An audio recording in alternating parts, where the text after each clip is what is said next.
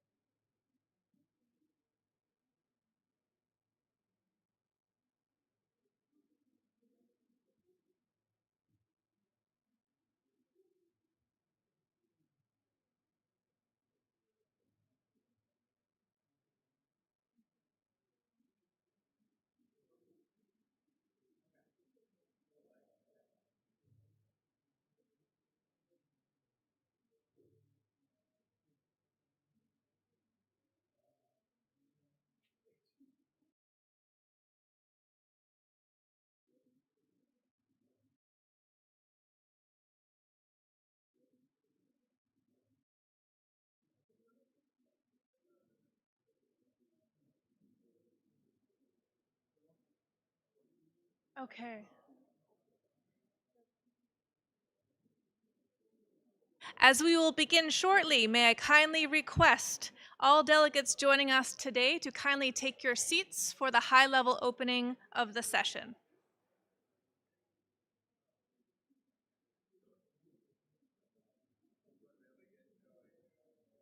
Good morning, and welcome to the fourth session of the Committee on Energy.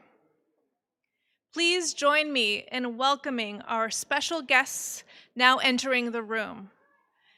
Ms. Armida Celcia Elise Jabana, Undersecretary General of the United Nations and Executive Secretary of ESCAP.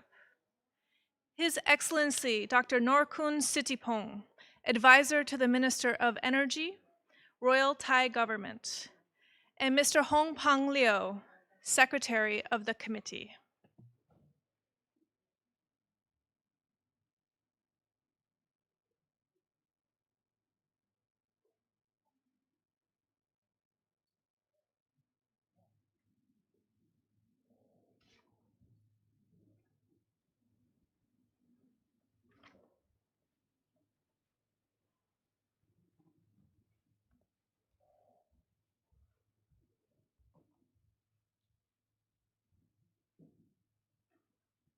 Excellencies, distinguished delegates, good morning, and welcome to the fourth session of the Committee on Energy. This session is being broadcast live via the United Nations ESCAP YouTube channel and UN Web TV. Kindly note that simultaneous interpretation of the proceedings is provided for the 4 official languages of the United Nations used by ESCAP for the purpose of facilitating communication. Only the speech or intervention in the original language constitutes an authentic record of the proceedings. In case of any inconsistency between the interpretation and the speech or intervention in the original language, the latter shall prevail. If you wish to make a country statement or stakeholder statement under respective agenda items, kindly approach the conference room officers behind me.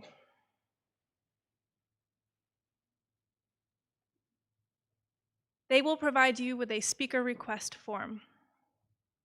Thank you for your attention to these matters. Excellencies, distinguished delegates, I now turn over to Mr. Hong Pang Liu, Director of Energy Division, ESCAP, to conduct the opening ceremony. Thank you, MC. Good morning, Excellencies, Distinguished delegates, this meeting is called to order. Let me begin by extending a warm welcome to all of you to the fourth session of the Committee on Energy. At the outset, it's my pleasure to invite Ms. Amida Salcia Alice Japana, Under-Secretary General of the United Nations and the Executive Secretary of ESCAP, to deliver her opening remarks. Madam, you have the floor.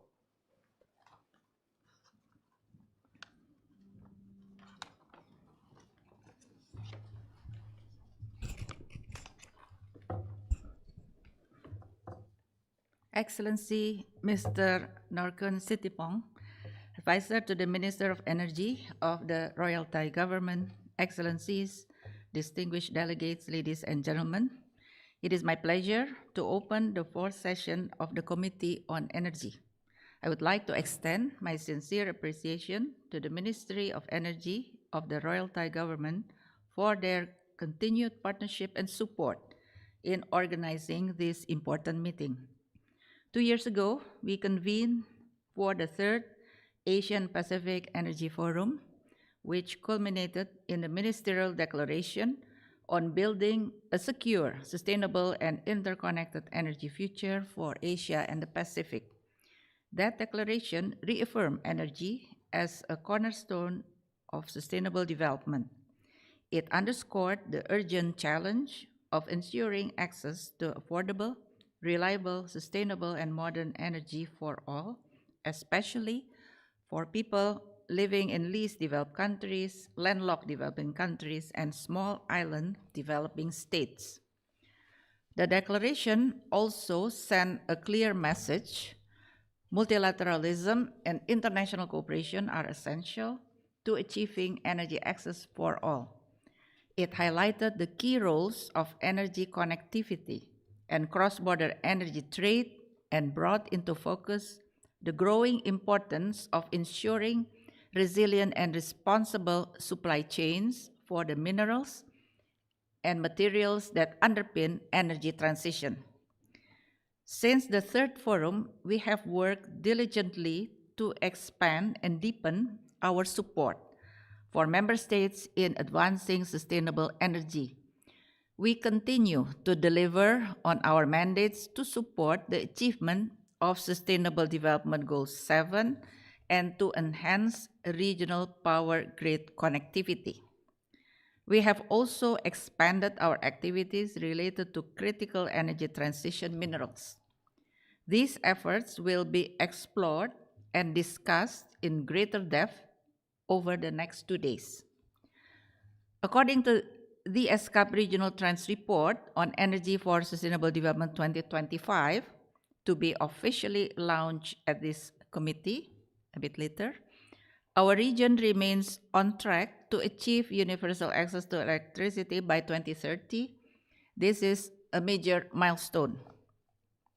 However, progress on other targets is lagging. The share of renewable energy in the mix is rising too slowly. Clean cooking solutions remain out of reach for too many, and this needs to be greater focus on energy, and there needs to be greater focus on energy efficiency improvements. With just 5 years left, we must act decisively, accelerate the deployment of clean technology, improve energy efficiency, and dramatically increase the share of renewables in the energy mix. Let us be clear.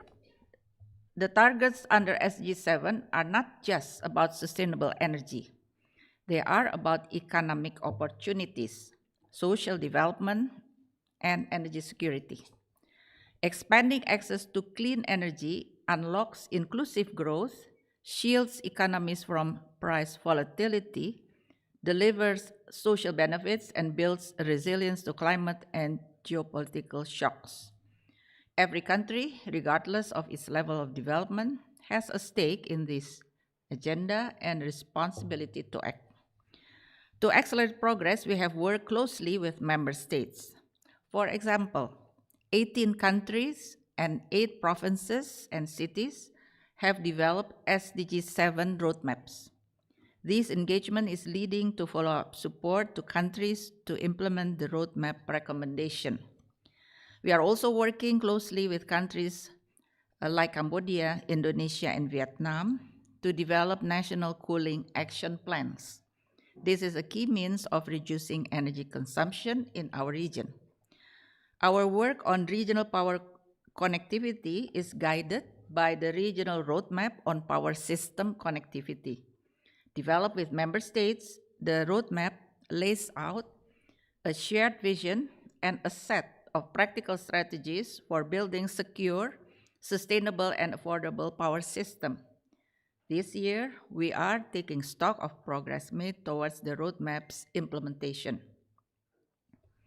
One key initiative is the Green Power Corridor Framework, which helps countries align connectivity efforts with sustainable development. Over the past 2 years, the framework's metrics have been refined and tested, and its principles were referenced in the COP29 Green Energy Zones and Corridors Pledge, which was endorsed by 57 countries, including 18 from our region. We must also recognize that energy transitions have implications that extend far beyond the energy sector. As countries increase the deployment of technologies such as wind and solar PV, and as the share of electric vehicles on our roads increases, our systems are becoming more dependent on minerals and metals. The Asia-Pacific region is both a major supplier and consumer of raw materials that are critical for clean energy technologies. That is why we are working with member states to ensure that these materials are extracted, processed, and utilized in ways that are just, sustainable, and aligned with development goals. Excellencies, distinguished delegates, ladies and gentlemen, if the great shifts and changes of the last few years have taught us anything, it is that building resilient, adaptable, and inclusive energy system is not optional. It is imperative. Increasing the development of renewable generation, expanding access to clean cooking and cooling solutions, and leveraging cross-border power connectivity can deliver not only lower emission and costs, but also greater sustainability, stability, and security. Yet, no nation can achieve this transformation in isolation. The challenges before us are regional and global in scale. Our solutions must be equally collective. Collaboration, shared innovation, and mutual support will be critical to ensuring an energy future that is secure, sustainable, and equitable. I look forward to a productive session, to hearing your views and country statements, and to continuing our shared journey towards a secure, sustainable, and interconnected energy future for all. Thank you very much.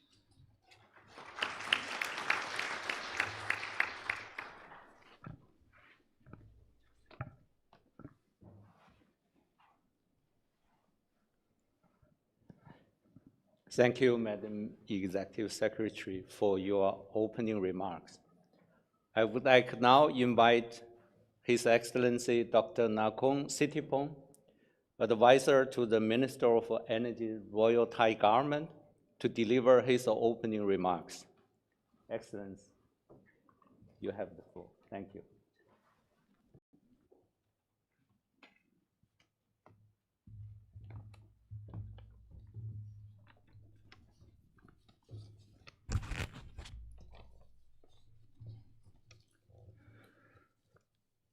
Excellency, Madam Amida Salsia Alice Jabana, Under Secretary General of the United Nations and Executive Secretary of the Economic and Social Commission for Asia and the Pacific, distinguished delegates.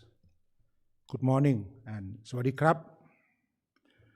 On behalf of the Ministry of Energy of Thailand It is my great honor to deliver these opening remarks for the fourth session of the Committee on Energy here in Bangkok.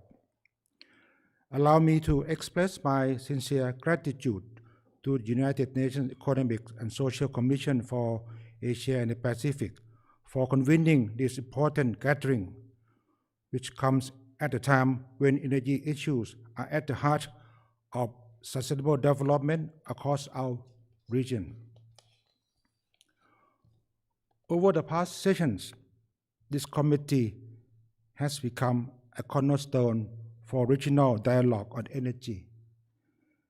At the first session in 2018, the committee laid the foundation by aligning regional energy priority with the 2030 agenda. At the second session in 2021, the committee emphasized the importance of resilience and innovation. And most recently, in 2023, in the third session, deepened cooperation on energy security and low carbon development.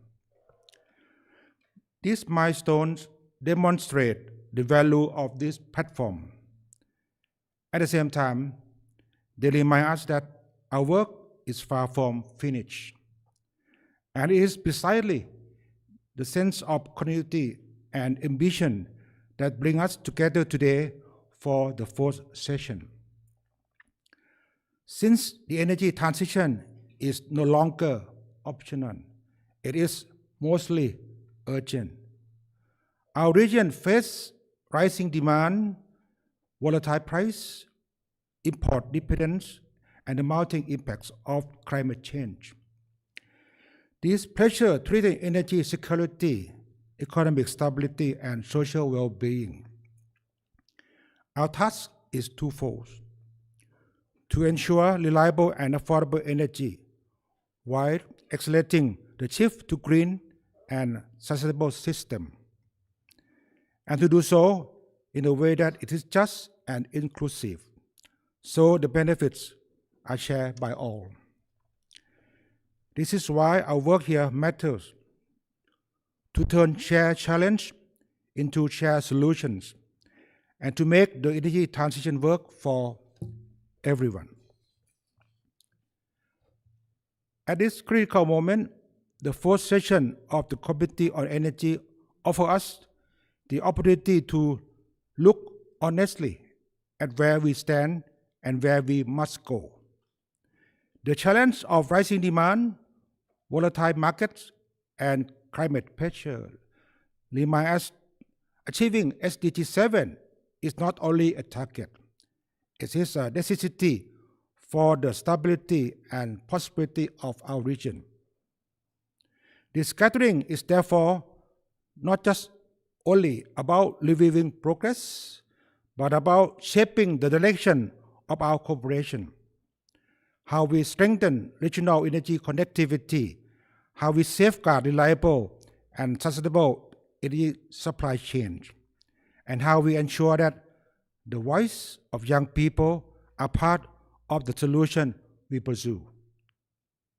Its true significance lies in guiding our collective efforts so that the energy transition in Asia and the Pacific is not only faster, but only fair and more inclusive. Thailand has long valued energy cooperation as a cornerstone of sustainable development in the Asia Pacific. Over the years, we have worked alongside partners to share experience, support regional dialogue, and contribute to efforts that expand access, promote renewable energy, and improve energy efficiency. Looking ahead, Thailand will continue to play its part as an active participant in this regional effort. We believe that the strength of our cooperation lies in solidarity, ensuring that energy transition across Asia and the Pacific is not only faster, but also fair and more inclusive for all. Excellencies, ladies and gentlemen, as we open this session, let us approach our work with ambition and partnership. This committee is more than a platform for dialogue. It is a catalyst for action. By bringing together the wisdom and experience of this region, we have the power to turn challenge into opportunities and aspiration into achievements. On behalf of the Royal Thai government, it is my privilege to welcome you all to Bangkok. I encourage you to see this day not only to exchange ideas, but to strengthen partnerships and inspire solutions that will echo far beyond this room. With this spirit of collaboration, I wish the fourth session of the Committee on Energy every success and look forward to the momentum it will generate for our shared future. Thank you very much.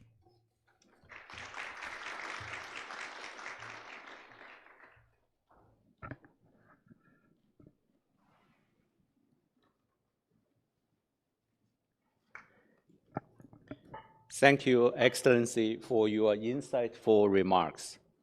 Excellencies, distinguished delegates, this concludes the opening address of the program. So we will now move to agenda item 1B, the election of officers of the Bureau.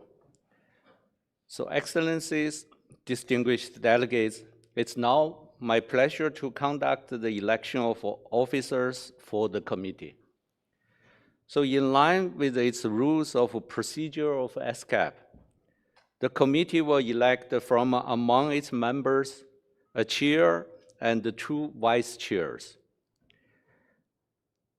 Are there any proposals from distinguished delegates for the Bureau?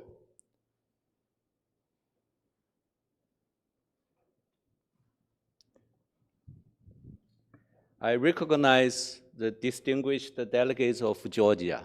The floor is yours. Thank you, Chair.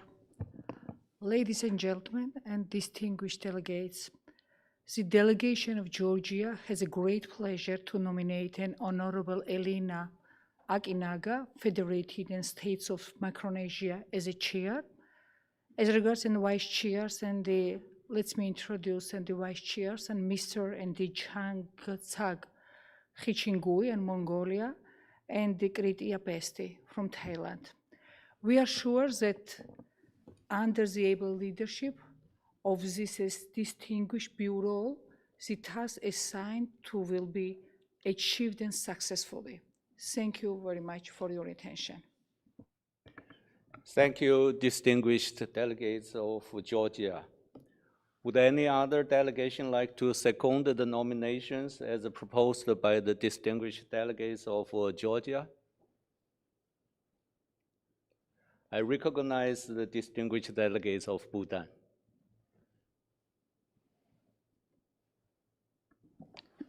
Thank you, Chair, Your Excellencies, distinguished delegates, ladies and gentlemen. The delegation of Bhutan has the pleasure to second the nominations made by the distinguished delegate of Georgia. Thank you. Thank you, distinguished delegates of Bhutan. So the nomination for the Bureau for the fourth session of the Committee on Energy has been proposed by Georgia and seconded by Bhutan. Are there any other nominations from the Bureau, for the Bureau?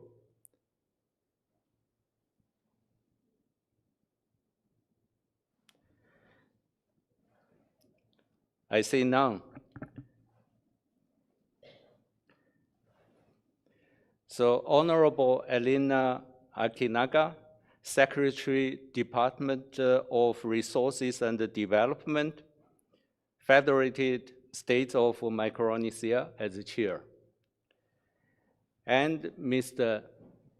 Jensen Keichingui, Director General of Public Administration and Management Department, Ministry of Energy Mongolia, and Ms. Kritia Patsy, Director of International Cooperation Division, Office of Permanent Secretary, Ministry of Energy Thailand, as vice chairs.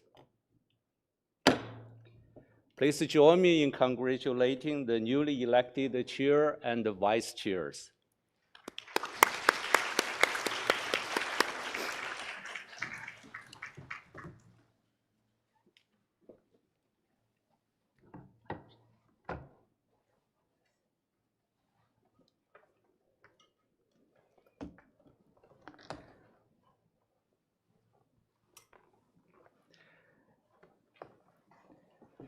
Excellencies, distinguished delegates, it's now my honor to invite Honorable Elena Akinaga, the chair of the fourth session of the Committee on Energy, to conduct the meeting from this point onward.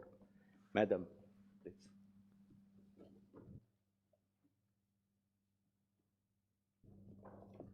Excellencies, Madam Executive Secretary, distinguished delegates, I thank you all for the confidence placed in me and the great honor that you have bestowed on my country and on me. Together with the Honorable Vice Chairs and with the support of the Secretariat, I shall endeavor to discharge the responsibilities of serving you as Chair to the very best of my abilities. Thank you.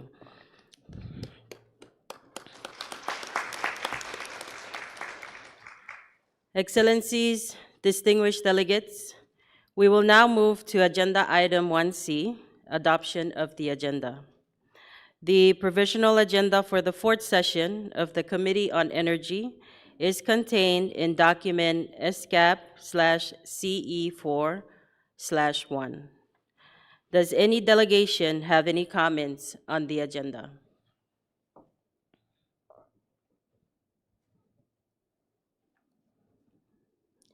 I see none. May I propose to the committee that the provisional agenda as contained in document ESCAP/CE4/1 be adopted. The agenda is adopted.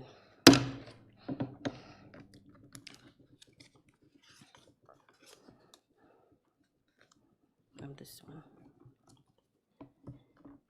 Excellencies, distinguished delegates, as one of the mandates from the Ministerial Declaration of the Asia-Pacific Energy Forum, the Secretariat has prepared the annual Regional Trends Report on Energy for Sustainable Development.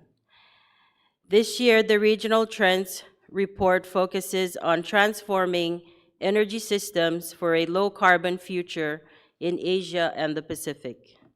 This report has the overall review of the status and progress of energy transition pathways and achieving SDG 7. It also provides policy recommendations to accelerate energy transition and achieving SDG 7 through enhanced regional cooperation in the Asia-Pacific region. In this connection, I'd like to request the conference officer to play a video on the Regional Trends Report. Every home needs modern energy for cooking, lighting, and to stay connected. Across Asia and the Pacific, big strides are being made, but not everyone is included yet. Nearly 99% of people now have access to electricity, but 67 million still don't. Most live in rural, remote areas. Cooking should be safe, clean, and easy.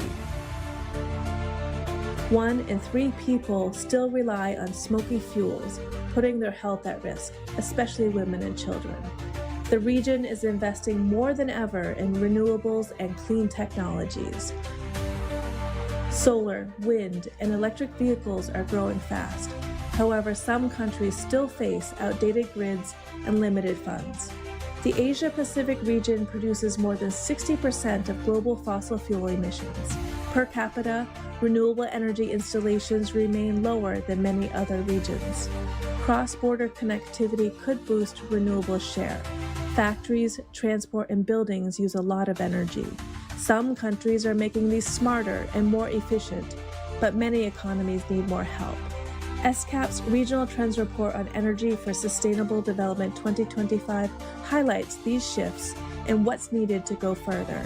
Sustainable energy means good jobs, cleaner air, and power that's reliable and affordable for all homes and businesses.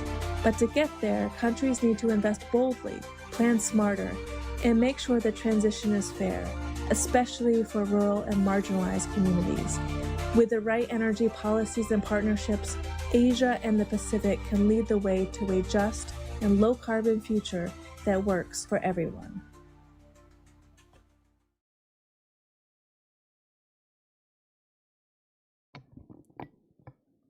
Next, I'd like to invite Ms. Armida Salcia Alice Jabana, Undersecretary General of the United Nations and Executive Secretary of ESCAP, and His Excellency Dr. Norkan Sidibong, Advisor to the Minister of Energy, Royal Thai Government, and Mr. Hong Peng Liu, Secretary of the Committee, to join me to officially launch the Regional Trends Report.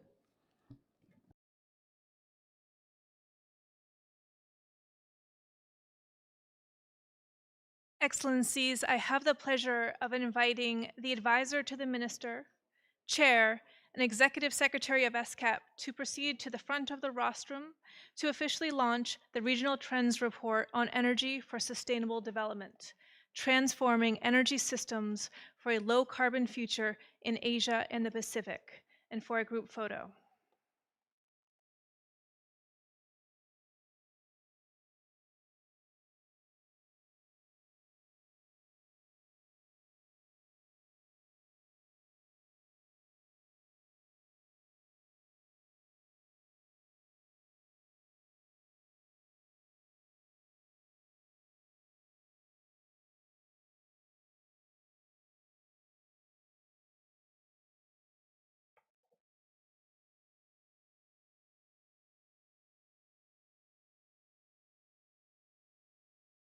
Now I have the pleasure of inviting the vice chairs and the secretary of the committee to the stage for a group photo.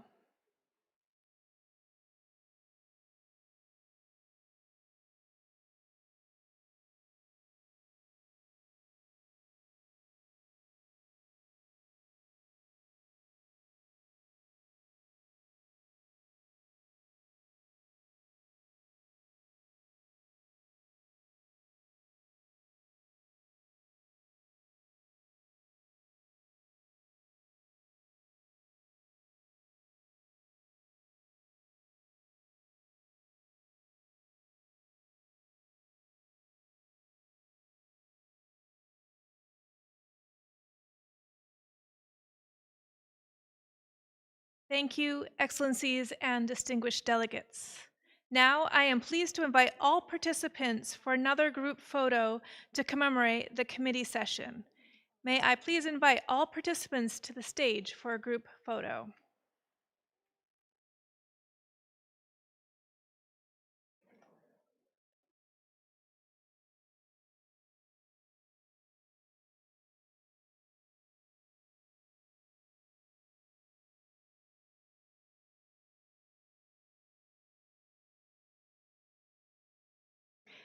May I ask participants to stand on the side and behind the VIPs.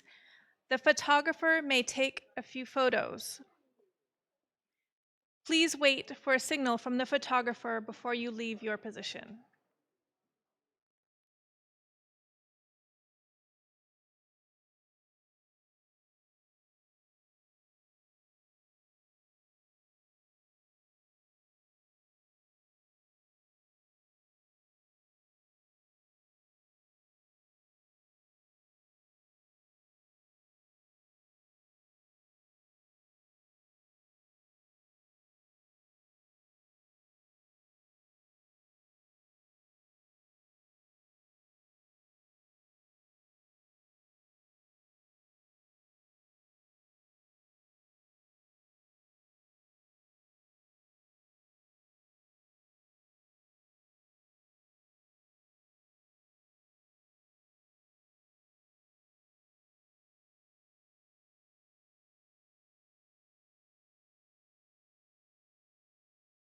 Thank you for your cooperation.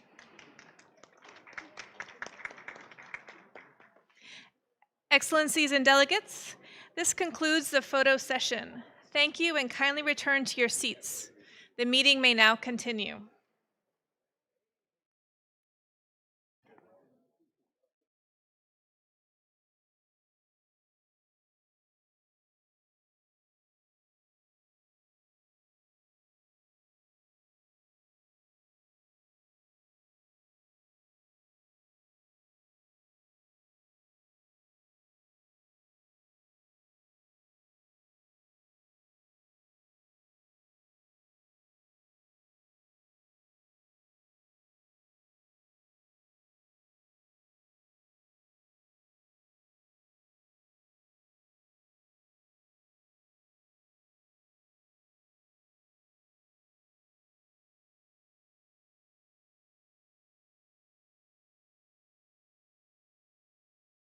Excellencies and delegates, the meeting will now continue. Kindly take your seats. Thank you.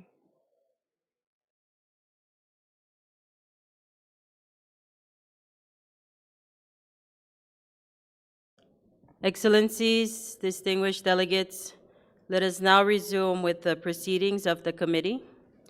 We shall now take up Agenda Item 2 on policy perspectives on building a secure, sustainable, and interconnected energy future for Asia and the Pacific. Excellencies, distinguished delegates, let us now resume with the proceedings of the committee. The documents pertaining to this agenda item is ESCAP/CE4/2 on transforming energy systems in Asia and the Pacific for a just and sustainable future. The committee's consideration of this agenda item will begin with the high-level panel discussion on transforming energy systems in Asia and the Pacific for a just and sustainable future. After the panel discussion, and if time allows, I will open the floor for general statements. It is my pleasure to invite the moderator of the high-level panel, Ms. Lin Yang, Deputy Executive Secretary for Program of ESCAP, and also the panelists to join me on the rostrum. Ms. Yang, I hand over to you.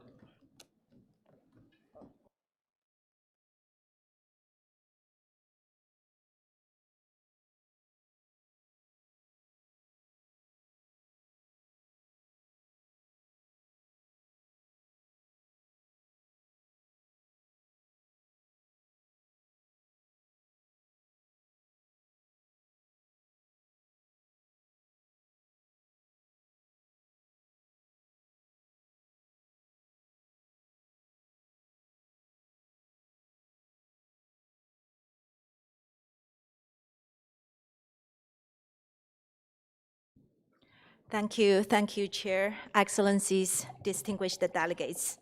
It's my great pleasure to moderate this high-level panel this morning. This panel is titled Transforming Energy Systems in Asia and the Pacific for a Just and Sustainable Future. It will provide an opportunity for speakers from across the region, representing governments, MDBs, and academia to share their perspectives and insights on the region's transformative journey towards a sustainable, just, and inclusive energy future. ESCAP just released the Regional Trends Report on Energy for Sustainable Development. The Secretariat has also produced a pre-session document which summarizes its key messages. Let me highlight a few. First, the region has attained near universal electricity access. As our ES mentioned in her opening remarks, this is a milestone. Yet there are still issues in service quality, reliability, and affordability. Second, we observe persistent shortfalls in access to clean cooking, with nearly 1 billion people still relying on traditional fuels. Third, there has been significant renewable energy deployment in electricity, but the limited uptake in end-use sectors. Despite the enormous potential, there is a declining momentum in energy efficiency improvement. Fourth, the report highlights the growing importance of just energy transition strategies, inclusive energy governance, and regional cooperation. Now, to expand further on many of these issues, please allow me to introduce our panelists from across the region who will be sharing their perspectives on those issues. The Honorable Alina Akinaga, Secretary for Department of Resources and the Development of the Federated States of Micronesia. Ms. Kanalin Tararata Nanun, Plan and Policy Expert from the Ministry of Energy of Thailand. my friend Priyanta, Senior Director of Energy from the Asian Development Bank. Mr. Shambhaka Dakar from the Department of Energy and Climate Change of the Asian Institute of Technology, and the coordinating lead author of the 5th and the 6th IPCC assessment reports for Working Group 3 on mitigation. Mr. Dinaza Kaminova, Youth Representative. I would like to put a question to each panelist. May I kindly remind you to limit the answer to 5 minutes. Let me first start with the Secretary Alina. Micronesia has pledged to reach 100% electrification and over 70% renewable electricity by 2030 under your NDC plan. Working towards these targets, how has your SDG 7 journey progressed so far? And what do you see as some of the successes? As a small island nation, what particular challenges do you experience in energy sector development? The floor is yours. Thank you, Ms. Young, for the question. I would like to start by taking this opportunity to thank ESCAP for their support in the development of FSM's SDG 7 roadmap. We successfully launched our roadmap early this year, and we look forward to the rollout of the implementation across the country in accelerating our ambitious goals of 70% renewables and 100% energy access by 2030. For those of you not familiar with the FSM, we are located in the North Pacific with an aggregated population of about 120,000.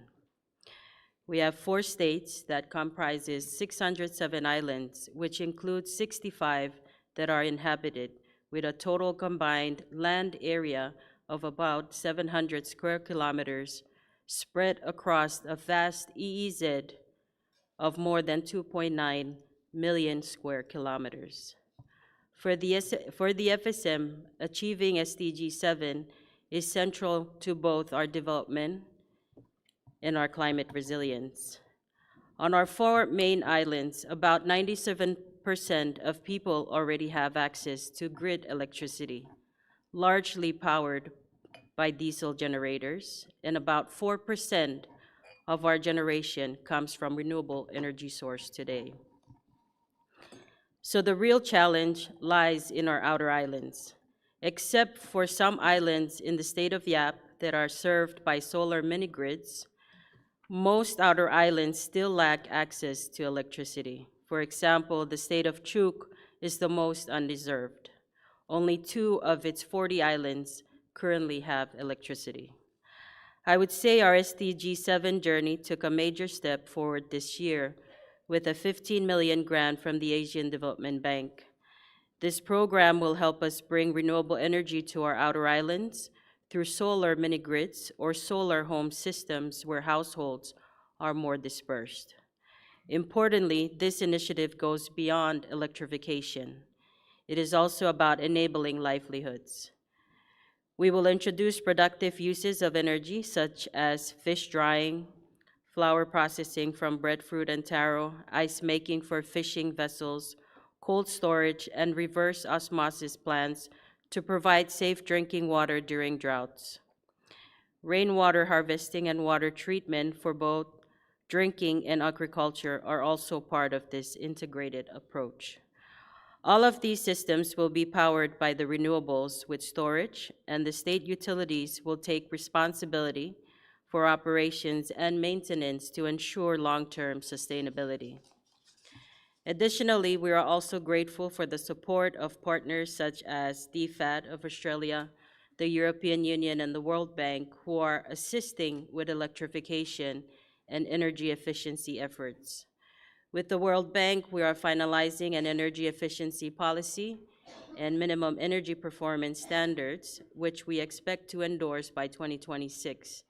At the same time, we are integrating renewable energy solutions such as solar mini-grids and hybrid systems into our state utilities, strengthening policy and regulatory frameworks, and working with ADB to develop an independent power producer program. We recognize that achieving 70% renewable electricity by 2030 will not be possible without private sector participation. So while we have made important progress, we are realistic about the scale of the challenge. Moving from 4% to 70% renewable electricity in just 6 years will require continued support from our development partners, innovative financing, and strong collaboration. But we are committed, because for us, clean and reliable energy is not only about meeting SDG 7, it is also about resilience, livelihoods, and future of our communities. Thank you. Thank you so much for Secretary Elena. You share with us a very, very vivid story about FSM's, how you break down the barrier to achieve the accessibility through the SDG 7 journey. Meanwhile, how important the partnership is. You also mentioned that through this journey, our ultimate goal is to achieve the development and to leave no one behind. We heard those messages very loud and clear. With this said, and then now allow me to move to another country experience.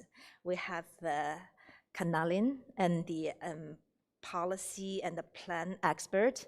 So may I ask you, Thailand has pledged to achieve net zero greenhouse gas emissions by 2065. However, new NDC 3.0 plans under consideration now will move Thailand's net zero target to 2050, very ambitious plan, in line with other Southeast Asian peers. Energy will be the centerpiece of this decarbonization efforts. Notably, in 2023, the energy and the transport sector together accounted for over 80% of the CO2 emission. How is the Ministry of Energy working with the energy sector in Thailand to enable these goals to be met? The floor is yours. Excellency, the Honorable Elena Akinaga, the Secretary for Department of Resources and Development, Federal State of Micronesia, distinguished panelists, ladies and gentlemen, a very good morning to all. It is my pleasure to join this high-level panel on behalf of the Ministry of Energy of Thailand to share our perspective on how Thailand moves forward our energy transition journey to achieve the climate goal. We recognize the crucial role of the energy sector in Thailand's decarbonization pathway. In alignment with the global shift towards sustainability, our government has established ambitious targets for achieving carbon neutrality by 2050 and reaching the net zero greenhouse gas emission by 2065. While we have made this significant progress toward these targets, we also acknowledge the necessity of accelerating the net zero target to 2050 in the updated NDC 3.0. And to achieve these targets, Thailand is currently developing the new National Energy Plan with a conceptual framework to enhance energy security, provide affordable energy for economic growth, and to promote low-carbon energy. The key strategy is to increase the share of renewables. The plan aims to increase the share of renewables energy to at least 50% of the new power generation by 2037. And this includes the expansion of the solar and wind installation and the deployment of the advanced clean energy technologies, including the hydro-floating solar hybrid system, the hydrogen, the battery energy storage system. And to reach these targets, we aim to develop the additional renewable energy sources to generate electricity of around 63 gigawatts by 2037. And this could help reducing CO2 emission by around 75 million tons by the target year. To integrate this, we are implementing the Smart Grid Development Master Plan to enhance the grid stability and reliability. So by the 2036, we aim to develop a more flexible power system, expand our grid capacity, and advance grid modernization by creating the appropriate rules and regulations and supportive measures to attract the advanced technology investment, such as the Demand Response Control Center, the Renewable Energy Forecast Center, the smart meters, and the grid-scale battery storage. Moreover, in the transport sector, also played a crucial role in our transition pathway.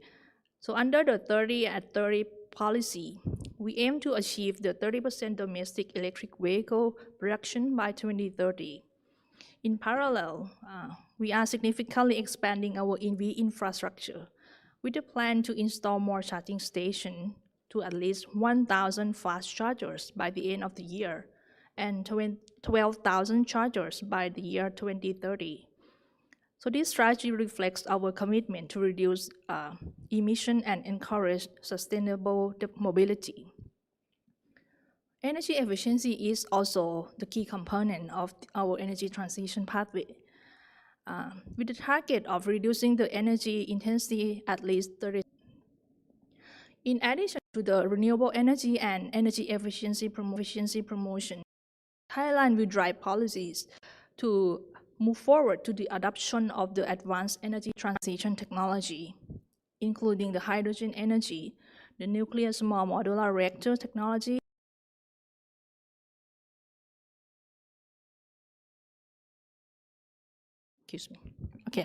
the sustainable aviation fuels technology, and the carbon capture, utilization, and storage technology. So all of which are considered as the promising solution to mitigate the greenhouse gas emission. Ladies and gentlemen, so in alignment with these efforts, Thailand plans to mobilize more than $76 billion to accelerate the investment in energy sector.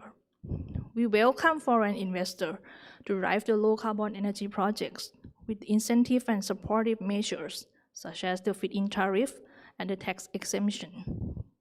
So in conclusion, I would like to reaffirm that the Ministry of Energy of Thailand will fully support working collaboratively with the Asia-Pacific countries to promote just energy transition and drive our goals to achieve a sustainable energy future. Thank you. Thank you so much, Kanalin. You shared with us not only a roadmap, but a very concrete action plan. It's very encouraging. And in the very end, in your comments and remarks, you mentioned about the financing. So we do have a financing expert here, and Dr. Priyanta. And I'm going to pose two tricky questions to you in terms of the financing. The first one is ADB has been a key partner in financing the region's clean energy transition. Based on ADB's experience, what are the most critical financing gaps or barriers that countries face in achieving SDG 7 targets, particularly in clean cooking and energy efficiency? My second question is, how can multilateral development banks, MDBs, better support countries in de-risking private sector investment? I think that is is a concern of many developing countries. And accelerating access to concessional finance for energy infrastructure, especially in lower income or climate vulnerable countries. The floor is yours. Thank you very much, Lynn, the chair. It's great to be here, particularly because we have a very strong relationship with ESCAP, and we do a lot of work together. Thank you very much. It's great to be here. Obviously, the two questions are quite wide. Probably I may need a whole session to answer those two questions, but I try my best to be very brief. To start with, actually, clean energy transition, it's quite challenging because it's not should be just sustainable, but also it should be inclusive, resilient, and also progressive. That's a challenge which we need to deal with, and we have to bring this into careful planning, strong governance, and above all, obviously, sustainable financing. And so it's not an easy task, but we may have to do that eventually if we really want to achieve what you want. And as far as ADB is concerned, we have had long-term commitments to SDG 7, and in fact, as some of you all may know, ADB was the SC for All hub, some time ago, and we have been working very closely on that. And up to now, from 2008 to 2024, our own monies, we have spent about $4 billion for energy access improvements. And in fact, directly targeting about 58 or 60 million households, either to increase access or to improve access. These are two important things you have to remember, because having access itself is not good enough, but having the adequate access is very important. If you go to some of the countries, you may have 24/7 connections, but you may not have 24/7 supply in the connections. So that's very important. And as far as ADB is concerned, annually, roughly, we spend about $4 to $4.5 billion in the energy sector, and we are planning to increase this to about $6 billion. This is our own money, including both sovereign and private sector investments. We would, obviously, along with it, we leverage quite a lot of private sector financing, commercial financing. These investments are mostly concentrated when it comes to private sector on generation projects, clean energy generation projects. And whereas sovereign investments, half of the investments go usually for transmission and distribution networks, where private sector investments are difficult to come by, and where sovereign investments can make a big difference. When it comes to financing gaps, one of the biggest issues is in clean cooking. In fact, the emphasis in clean cooking is much less than what you emphasize when it comes to power sector and energy access, electricity access. One reason, of course, the fact that it is distributed. It's very difficult to deal with such a sector because you have to deal with the individual small, clients. And usually MDBs don't like to do this because they like to look at volumes in addition to obviously their emphasis on clean energy transition. So when it comes to volumes, it's not that easy when you are dealing with small consumers. And of course, low commercial returns in this and weak policy framework, and also lack of scalable context appropriate business models in this regard. But as you know, obviously we have about 1 billion people without clean access to cooking, access to clean cooking.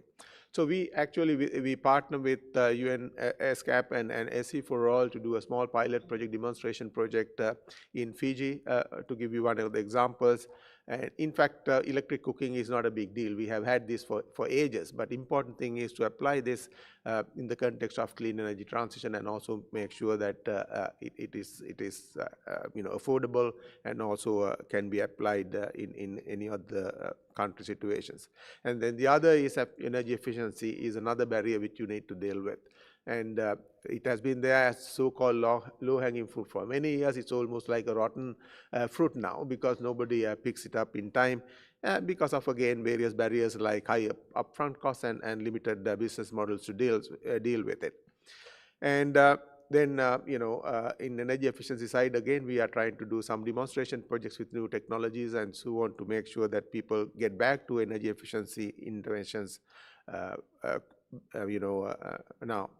And when it comes to transmission and distribution, people forget the need to invest in distribution and transmission because they always think that generation is good enough for the clean energy transition. But without transmission and distribution, you will not be able to get this electricity generated through clean energy sources to the final consumer.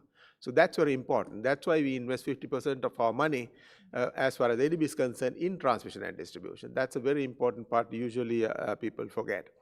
So at the end of the day, we have to bring all these things together. We have to bring private sector, increase incentives for the private sector to come private sector financing because sovereign investments not enough, obviously much smaller than what is really required in the sector. Coming quickly to the question number 2 straight away, what can we do from our side to make sure that to de-risk financing, particularly from the private sector?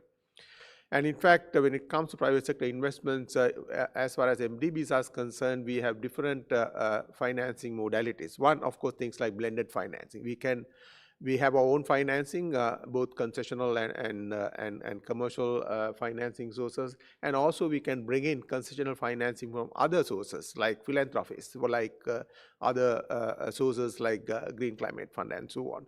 And we can basically put these things together as blended finance to support some of these projects to buy down the cost of financing. Then, in addition to that, we can provide guarantees and insurance schemes to make insurance instruments to make sure that these, investments are, de-risked and can pay back in time. And the other most important thing is that even if you have money, you may not have projects to support. People don't realize how important that is. You think projects are all over. No, there are no projects which are ready to be financed. So one of our tasks as an MDB is to prepare projects for financing. That we usually spend about 1 to 2 years, preparing this. That's a very important thing, because to approach financing, you need to make sure that the requirements of the financing institutions are met, and you have right kind of feasibility studies and right kind of due diligence done before it. So that's a very important, and for that you need money. And so we use our technical assistance resources and also concessional resources, project preparatory financing for this. So you can bring in a few examples on that. I don't want to go into details. That's a very important part. Actually, the latest is that we are trying to bring in philanthropies into the game, and to set up trust funds where philanthropy money can be brought in, so that overall financing package is less and more affordable to the DMCs we are working with. In addition to that, this grant financing or concessionary financing can be used to demonstrate important pilot projects, because as you know, technology awareness may not be there even though you think it's all over. No, if you go to developing member countries, most of these countries may not be aware of some of the latest technologies which you can use to improve efficiency, improve clean energy transition, and also improve affordability. And so our task as an MDB is also to make sure that these pilot projects can be demonstrated, and most of the time it comes with grant financing. We have done that, and we have been doing that for many years. And in fact, even recently, we just commissioned a pilot power plant in Laos on converting cooking oil to biodiesel, for instance. And these technologies are not that much in use, and we are concentrating some other pilot projects also. That's also a very important part. At the end of the day, when it comes to financing, important is to scale up concessional financing, strengthen enabling environments. We can support the government to do that. And last but not least, promote regional cooperation and inclusive governance. Regional cooperation is very important. We don't have to reinvent the wheel. We can always talk to each other in the region, across the region, and learn lessons from other countries, and also knowledge sharing along with it. And so with that, I stop here, Chair, and any other questions I can answer later on. Thank you. Thank you, Priyanta. And you covered many points. There are a lot to digest. You talk about the domestic resources mobilization, including the tax collection. You talk about the transmission, the distribution, the important role, including the grid. And you talk about the blended finance, how we need to relook the role of a blended finance, and including the role of a philanthropist sources. And also you talk about the strengthening enabling environment and the regional cooperation. I don't tend to summarize this, but I think this is crucial after the FFD4 conference, right, held in Seville in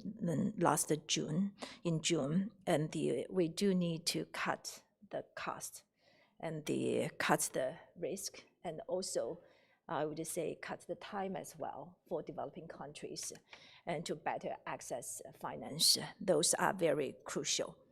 And now I move to Professor Sean Haka and from AIT. Yeah, you have the floor. Thank you, Lynn, and Excellencies, delegates, ladies and gentlemen. Our challenge for energy transition is big. Let's not underestimate it, but we can do it. Research and the science community have shown that we have ability to do it. If you really look at the IPCC 6th assessment report, you will see that we have lots of options for decarbonization, out of which a major set of options are in energy sector. In IPCC AR6, the report has shown that by 2030, half of the global emission from 2019 is possible to cut through existing proven technology, but some of them are quite cheap. Some of them need some extra abatement costs. So at $100 per ton of CO2 kind of price, half of the global emission from 2019 by 2030 is possible. So from the science front, from research fronts, we do have options. And there are many promising technologies, and there are promising policy and business models which can really uplift technology in order to maximize their potential. When it comes to the technology front, we have many promising technology which has been used, and there are more potentials to do it. For example, distributed renewable energy and microgrids. This is a very, very crucial technology which eliminates the grid extension need to remote and underserved area, but also distributed energy equally can be also used in the grid system also. So it can create local ownership models.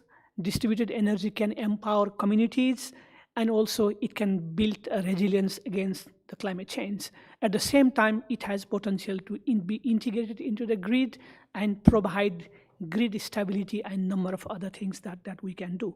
We have seen solar microgrids in rural India, we have seen in Bangladesh, we have seen in many countries, and for island communities, small island nations, countries like Indonesia, Philippines, with so many islands, this technology find a very good niche. The second technology that there has been quite a debate from the research and also practical perspective is energy storage and the grid modernization. Given the innovation and the cost reduction, the utility scale energy storage is becoming more and more viable. So the intermittency imposed by the renewable energy can be supplemented from the energy storage and through the grid modernization, so that there is much more benefits to reap from. And colleagues already mentioned earlier about digitalization, and especially the smart grid based system, which allows more demand response. We can find a way to even pay the consumers. It also allows so-called the prosumer kind of principles, and this technology would add to our quest for not only improving energy and electricity access, but also improve the reliability. And also there are many new technology coming up. Colleagues mentioned about carbon capture and storage, and also the hydrogen. Hydrogen and its derivatives such as ammonia can help decarbonize hard to abate sectors which are very prone to lose jobs and which are very prone to lose the economic sense. So I think there are lots of things can be possible from technological front. And also one area which perhaps we need to pay a lot of attention also, especially the cooling. I think the Executive Secretary mentioned during her opening remark also that how to provide the cooling energy more efficiently, and also how to address urban heat issue and other things coming. So there are a lot of things that we need to do. But from the policy side, we have many innovative designs possible. We have seen many so-called community-based ownership models, which works very well in the context of microgrid and the distributed energy, but also in other sense. This is very important. Thailand's Energy Fall initiative is a very good example if you want to dig further into it. And also in the energy transition, especially the so-called just energy transition, lots of other things are being discussed. For example, how to compensate the workers for the coal mine. What kind of worker transition program is possible? What kind of fossil fuel asset retirement plans are possible? carbon retirement bonds, energy transition accelerator, or a range of other financial mechanisms are possible in order to move to the new kind of energy transition. I think Dr. Priyantha already mentioned about the role for financing institutions, especially the role for the blended finance and de-risking instruments, which are very, very important, where philanthropic development banks and the private sector can do a role sharing, where philanthropies and the MDVs can take some of the risk to let private sector in. So those models are available and those models are possible. And also in the policy design, the last policy design I talk is about the energy subsidy reform. Universal energy subsidy has been a problem for fossil fuel, but the targeted subsidy is always possible. Going away from the universal fossil subsidy, targeted subsidies are very much possible. Then also you have seen definitely just energy transition funds that has been mobilized in the region. But I would say that while all these technological solutions are there and the innovative policy designs are there, we have to fix also two important things. One is governance and other is a strong political will. And lastly, for a few seconds, I'd like to also emphasize the role for the regional collaboration. Regional collaboration is very fundamental to this energy transition that I mentioned in my 5 minutes. That regional collaboration can happen in the shared R&D. It can happen in ensuring that we have interoperability and standardization among the countries in the region. Can we ensure that the smart inverter from Thailand can seamlessly integrate with the microgrid controller in Vietnam and communicate with the grid operator in Malaysia? This is the question of interoperability. So there is a role for collaboration. Of course, for knowledge sharing and de-risking platforms, instruments are important, and also regional energy markets. I think ESCAP, MDBs, ASEAN, and many other forums has been trying to push it. I think we need to do more with it, and without it, it will be a more slower, more expensive, and more costly. Thank you. Thank you, Professor, and for sharing all those very insightful points, including the technology innovation, policy innovation, and the crucial role of regional cooperation and collaboration. Now, let me move to the youth representative. Dilnaza and the International Society for Energy Transition Studies this year, in partnership with ESCAP, has been co-organizing the global competition on youth voice for energy transition. So in 2025, this program was successfully run for the second time, engaging hundreds of young innovators from across more than 30 countries, and culminated in the Youth Dialogue at ESCAP in Bangkok.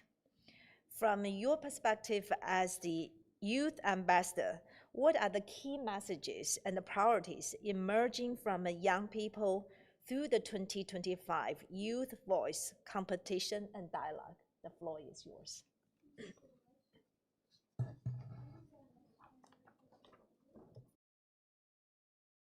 Thank you so much. I'm grateful to be here. Hello, dear honorable guests. My name is Dilnaza, and today I would like to talk about a pretty crucial topic, the youth in the energy transition.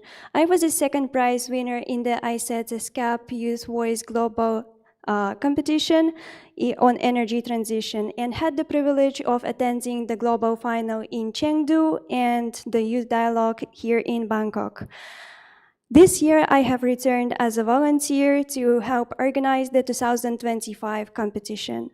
I suppose most of you have heard about ageism, discrimination based on age. Older people are no longer seen as desirable workers, while young people are viewed as inexperienced, unprofessional, or even lazy. I'm 22 years old, fresh out of college, and currently work in the energy and tech sector. I'm the youngest in the company, so the problem is quite relevant due to the multiple prejudices I faced initially.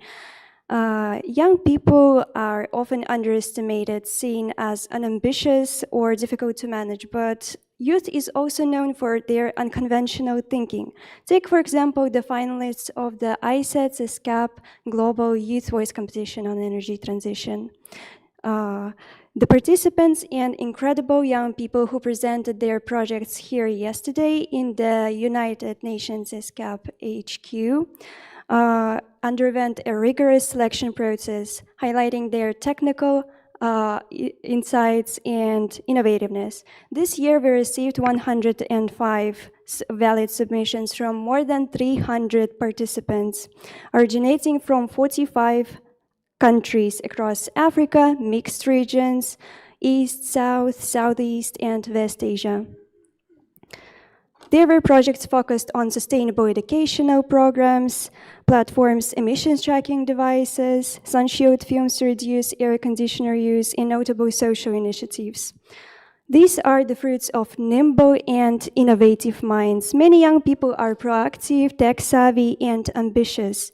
The competition helps to dissipate the stereotypes about young professionals, helps to showcase unique projects about energy sustainability on the global arena, and increase the influence of young people on the policymaking. It helps to boost the visibility of the projects and attract potential investors. The 8 global finalist teams, supported by myself and coordinated by 4 of our outstanding volunteers, Tanya, Anga, Augustus, and Ives, some of them are here already, together compose our 2025 voice.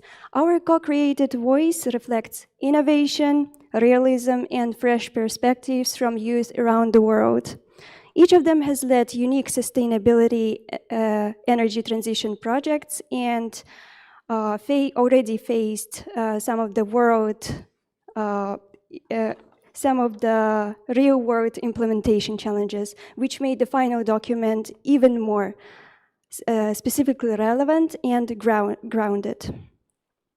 Our voice is initially structured around 3 key areas: individual, social, and systemic barriers, followed by solutions. First, individual barriers. They include the lack of knowledge, accountability, and confidence. We believe that those can be overcome by implementing youth innovators micropilots. This commitment involves funding, mentoring, and official certification through partnership with universities and accelerators. Second, social barriers. Too often young people, especially young women, are not taken seriously when they propose new ideas. To change this, we need to engage society more broadly and build stronger community collaboration. We need to understand that youth strength lies not only in generating fresh ideas and perspectives, but in bridging worlds. In spaces where women have been historically excluded, inclusivity can be designed by leading mixed-gender project teams and demonstrating diverse leadership which will surely strengthen decision-making. Finally, systemically, young people striving to advance in the energy transition encounter systems that are slow to change, difficult to navigate, and resistant to new ideas. This requires stronger measures through school programs, grassroots initiatives, collaboration with civic leaders, and even partnerships with organizations such as the United Nations and innovation competitions. Because ultimately it is we who is going to, and the generations to come, who will inhabit this planet in the future.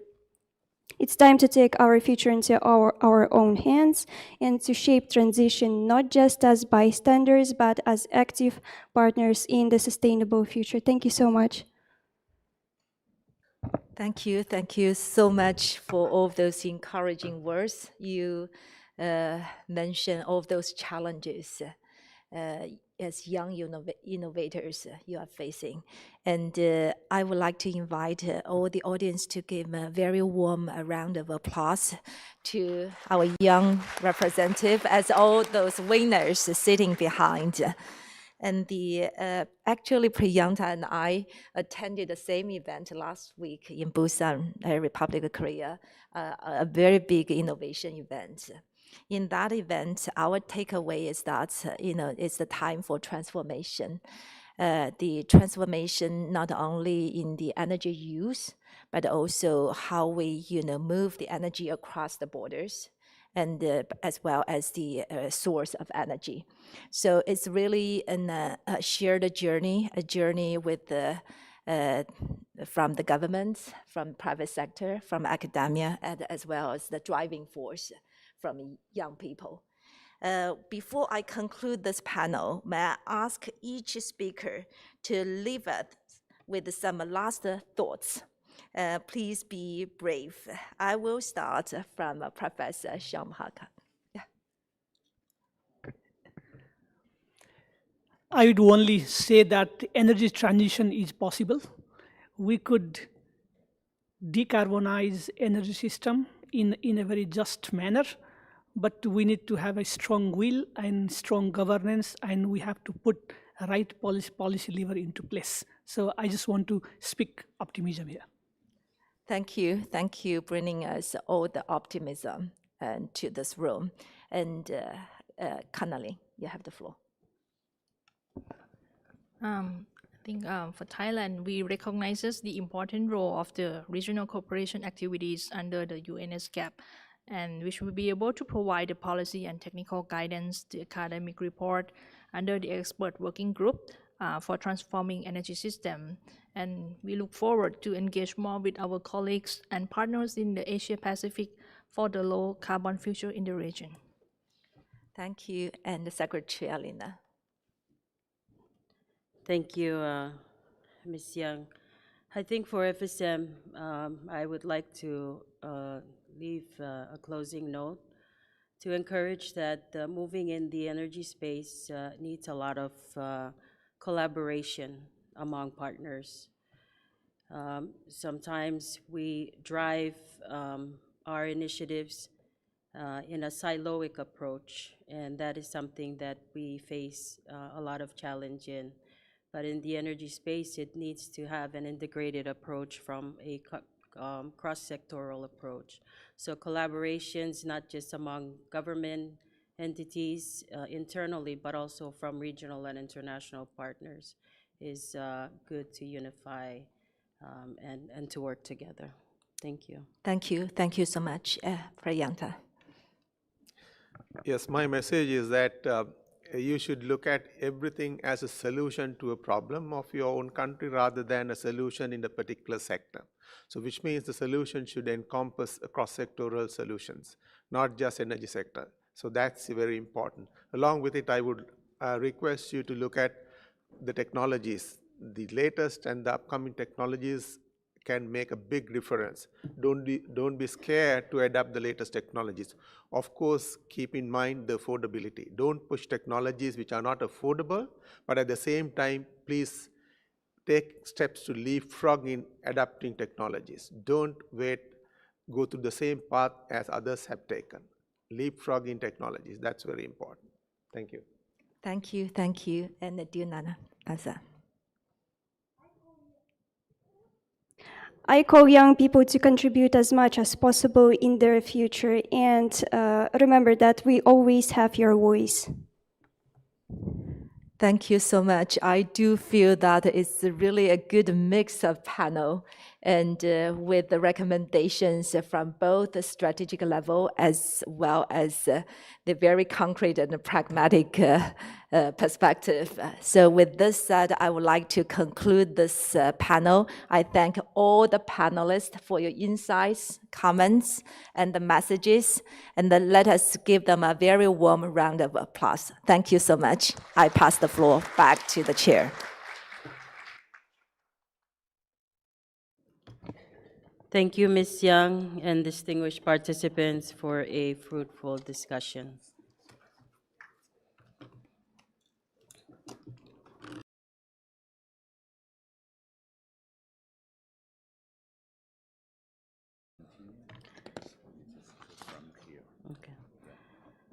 Okay, Excellencies, distinguished delegates, we shall now proceed with country statements for Agenda Item 2. Before we proceed, allow me a few minutes to go through some important issues regarding the conduct of the meeting.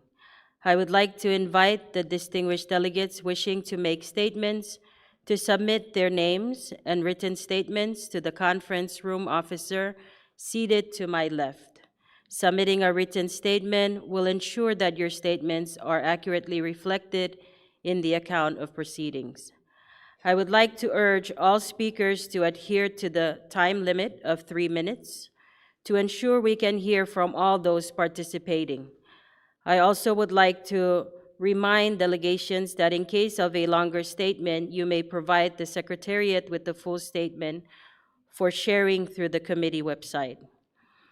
The Secretariat would also like to encourage each delegation to focus its intervention on each of the agenda items under discussion. In view of the mandates and operational requirements of the committee, priority will be given first to the members, associate members, and observer countries of the committee. If time allows, the floor will then be given to intergovernmental and international organizations and other entities. Regarding the report of the committee, only the decisions discussed during the session will be captured and considered for adoption in the report of the committee on the final day of this committee session on September 5th, 2025.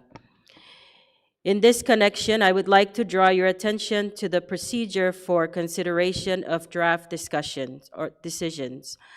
Please note that the pertinent draft decisions will be discussed and considered under the relevant agenda items based on the analysis provided by the Secretariat in the pre-session document.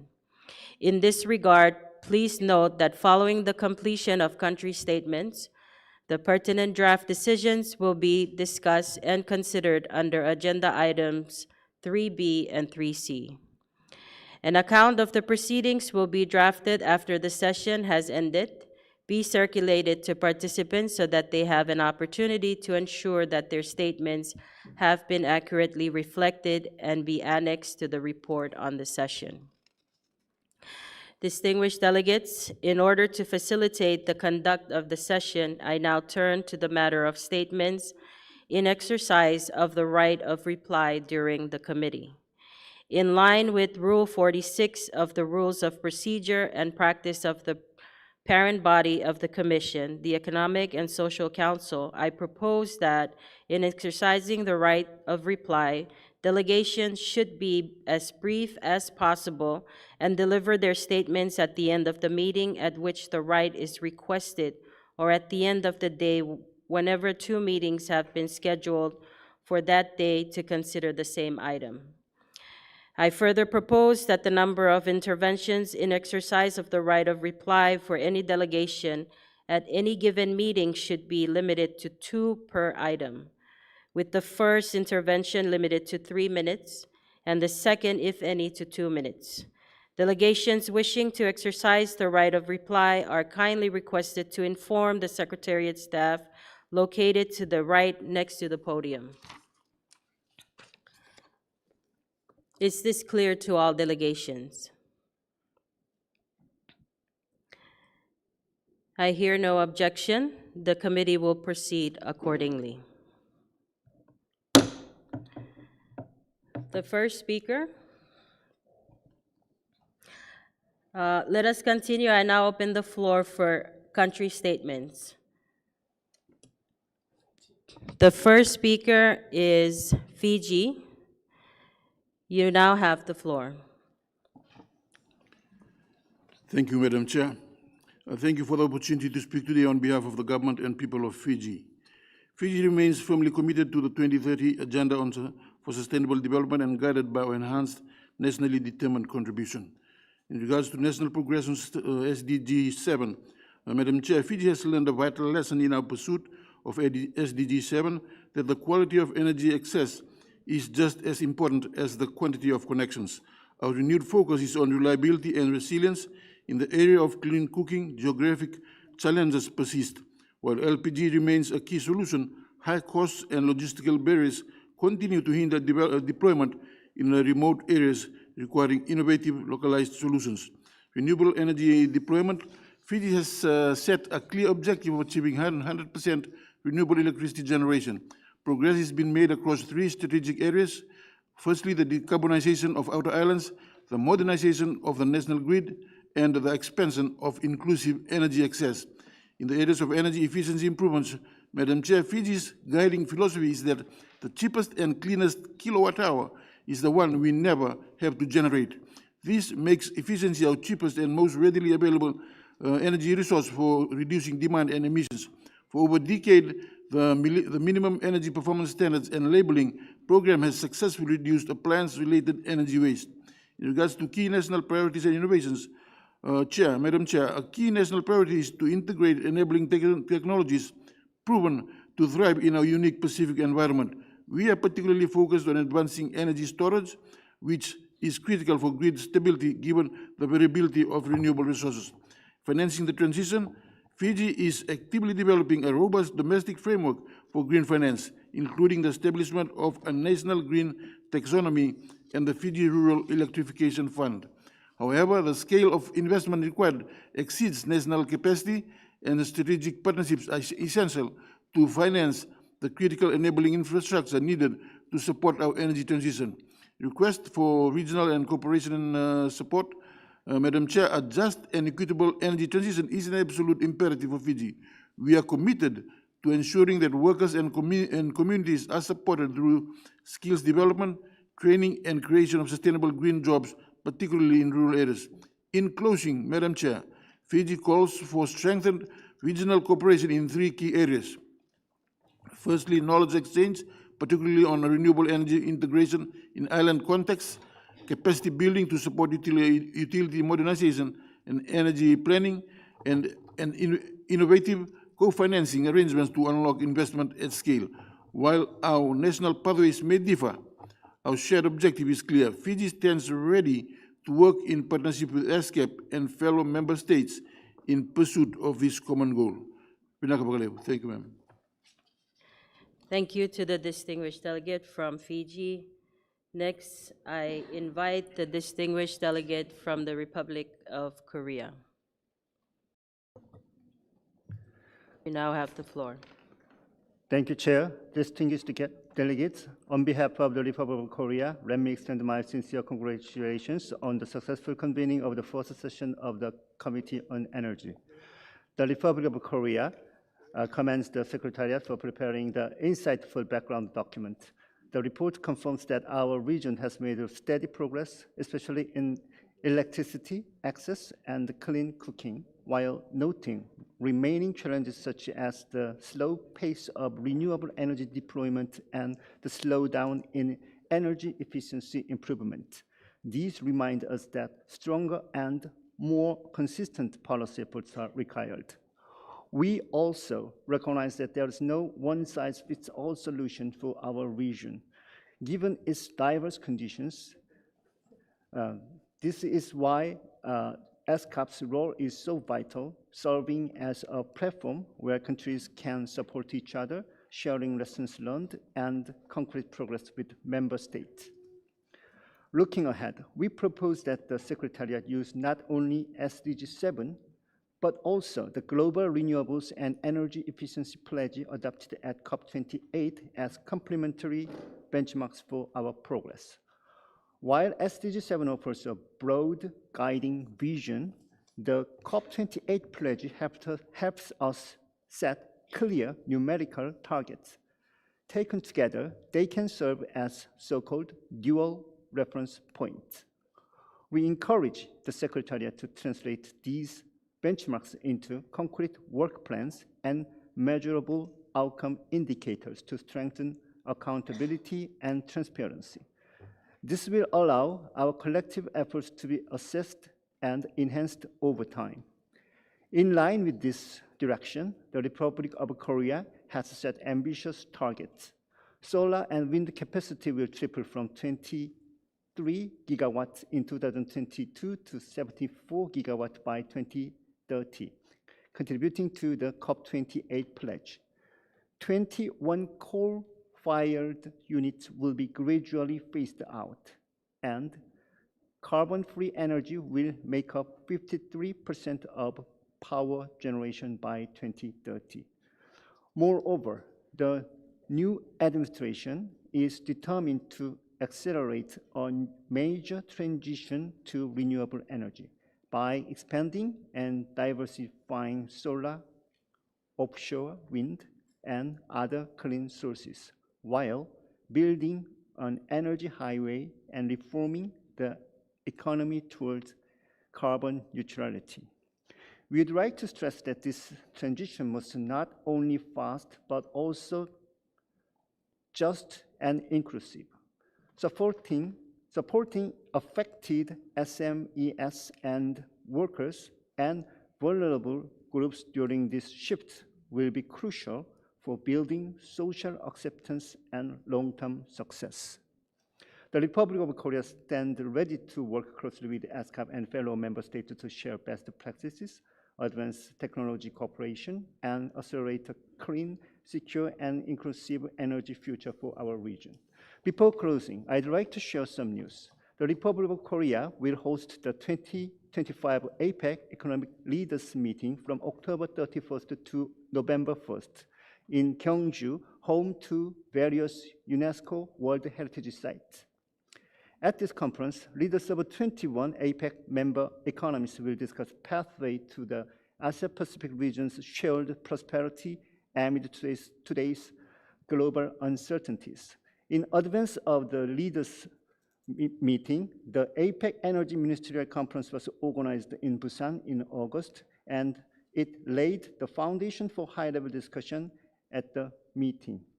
I firmly believe the meeting will provide an excellent venue for APEC leaders to share their views on the current affairs and the future of energy. I'd like to seek ESCAP member states' kind support for the success of this conference. Thank you.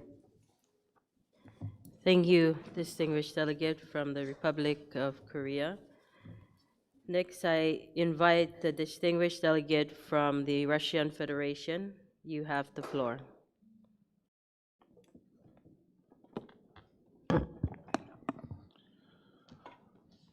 Благодарю вас, госпожа председатель. Пункт повестки дня, который мы рассматриваем, называется «Преобразование энергетических систем». Я, честно говоря, не очень понимаю, как в 3 минуты можно уложить обсуждение такого масштабного вопроса, учитывая, что комитет проходит раз в 2 года, но я попробую. Благодарим секретариат за публикацию регионального обзора тенденций в области энергетики.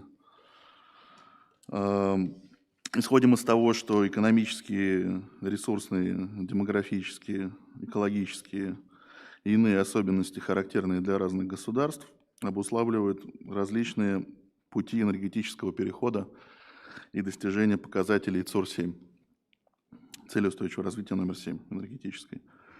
Продвижение по пути справедливого, взвешенного, конструктивного, равноправного и безопасного энергоперехода, на наш взгляд, не должно осуществляться в отрыве от научных и социально-экономических обоснованных расчетов и ставить под угрозу стабильность и доступность энергоснабжения стран. В апреле текущего года правительство Российской Федерации утвердило обновленную энергетическую стратегию страны на период до 2050 года. Это знаковый документ, и согласно стратегии в основе развития топливно-энергетического комплекса России лежат 3 ключевых принципа. Обеспечение доступности энергии, достижение климатической нейтральности и технологического суверенитета. С учетом этих 3 принципов обеспечивается реализация государственной политики в топливно-энергетическом комплексе, направленная на достижение в том числе климатических целей. Ключевая задача – сокращение выбросов углерода до 65-67% от уровня 1990 года и достижение углеродной нейтральности к 2060 году. Считаем важным в решении задач устойчивого энергетического развития не игнорировать потенциал эффективных и экологически чистых видов энергоресурсов, к которым прежде всего относим природный газ, способный эффективно играть роль балансирующего ресурса и чистого энергоносителя, в том числе в использовании в хозяйстве и при приготовлении пищи, о чем только что в презентации было сказано. а также таких видов современной электрогенерации, как гидрогенерация и атомная энергетика, а также водородная энергетика. За счет российского взноса в ESCAP реализуется ряд проектов в области энергетики, результаты которых мы отмечаем положительно и надеемся, что в таком же ритме они и будут продолжаться. В частности, по инициативе России был запущен и успешно реализуется проект по использованию природного газа, и мы провели серию отраслевых диалогов со странами региона, а также секретариат начал подготовку исследования по прогнозу использования природного газа в Азиатско-Тихоокеанском регионе. Запуск запланирован 4 сентября в рамках параллельного мероприятия, которое будет проведено в рамках данной энергонедели. Пользуясь случаем, приглашаем всех принять в нем участие в 12:15 4 сентября в комнате CR3. Также не могу не отметить результаты проекта по молодежному энергетическому сотрудничеству и привлечению молодежи к работе комитета, показавшему замечательные результаты, как мы все можем наблюдать в ходе этой сессии. Также кратко отмечу проведение на территории Камчатского края диалога ESCAP по политике в области устойчивого энергетического развития. Это достаточно уникальный формат, очень полезный и, собственно говоря, экспертный диалог, который мы смогли организовать, на наш взгляд, способствует пониманию и сближению позиций по вопросам энергетического развития региона. И вот в условиях порой нехватки времени для полноценного экспертного диалога считаем, что такая практика будет очень полезна и намерены в будущем организовывать подобные мероприятия для того, чтобы предоставить экспертам возможность в деталях обсудить с научной точки зрения происходящие тенденции в регионе. В заключение хотел бы отметить проведение в Москве Российской энергетической недели в октябре этого года, куда также приглашаем всех заинтересованных стран. Российская Федерация всегда открыта к диалогу с партнерами и готова поддерживать дальше энергетическое направление работы ESCAP. Благодарю вас.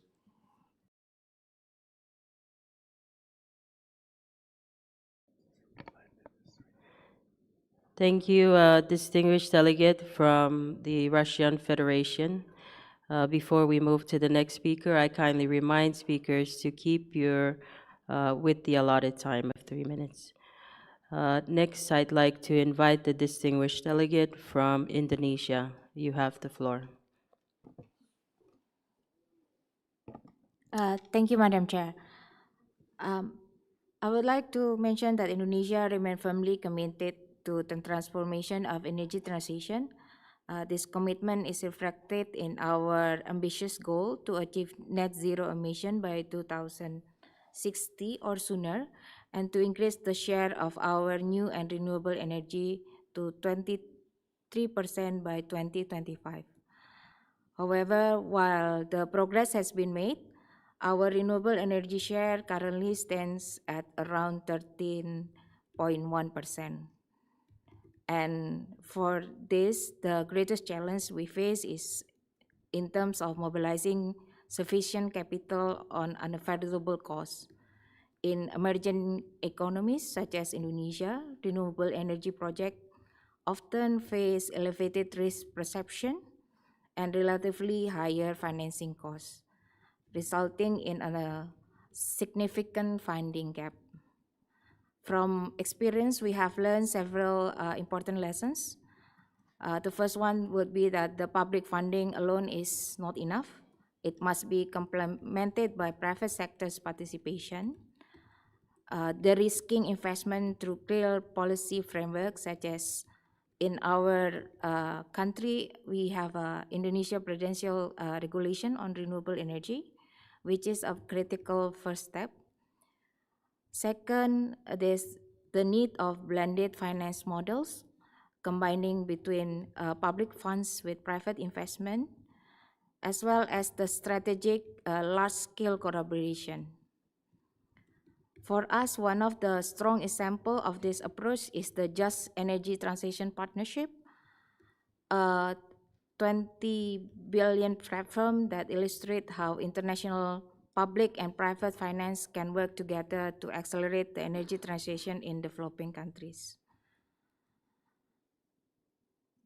Allow me to share a bit of success stories that demonstrate what is possible with the right support. Nowadays, Indonesia is the world's second largest geothermal power producer, with Sarula Geothermal Power Plant is one of the largest globally, which was realized through a complex international public and private partnership. We also have a biomass co-firing program, which currently operational in 47 coal-fired power plants. This program reduces emission, utilizes waste, and create local economic opportunities, showcasing a practical model for a just transition. Madam Chair, our key message is clear that achieving our ambitious target depends on access to affordable financing as well as strong and equitable partnership. We dare invite continued investment as well as collaboration to ensure that our transition is not only sustainable but also just and inclusive. We also see tremendous opportunities in terms of accelerating regional energy connectivity, such as in our region are implemented within the ASEAN power grid, as well as expanding South and South-South knowledge transfer. We also see opportunities in terms of developing regional investment vehicles. In this regard, we appreciate the continued support of ESCAP through ASEAN Investment Forum, which this year will showcase also the green transition project within ASEAN. In closing, Indonesia stands ready to serve as a proactive and reliable partners in this collective endeavor. Thank you, Madam Chair. Thank you, distinguished delegate from Indonesia. Next, I invite the distinguished delegate from the Federated States of Micronesia. You have the floor. Thank you, Chair. The Federated States of Micronesia wishes to express its appreciation to the Secretariat for the comprehensive analysis and valuable insights provided in the document on transforming energy systems in Asia and the Pacific for a just and sustainable future. As a small island developing state, FSM faces unique challenges in achieving Sustainable Development Goal 7, particularly in expanding access to clean and affordable energy, increasing renewable energy deployment, and improving energy efficiency. Our dispersed geography, limited grid infrastructure, and vulnerability to climate change impacts underscore the critical importance of accelerating the energy transition in a manner that is both sustainable and equitable. FSM has made progress in increasing access to electricity across its islands, yet access to clean cooking fuels and technologies remain limited, with many households still reliant on traditional biomass. We recognize the urgent need for greater investment and targeted policies to promote clean cooking solutions that are culturally appropriate and affordable for our communities. Renewable energy has become a cornerstone of our national energy strategy. However, challenges such as high upfront cost, limited financing options, and technical capacity constraints continue to hinder the scale-up of renewable energy projects. We welcome the emphasis in the document on innovative financing mechanisms, regional cooperation, and technology transfer, which are essential to overcoming these barriers. Energy efficiency improvements are also a priority for the FSM, particularly in the building sector and public infrastructure. We acknowledge the need for stronger regulatory frameworks, capacity building, and access to green financing to support energy-efficient technologies and retrofitting initiatives.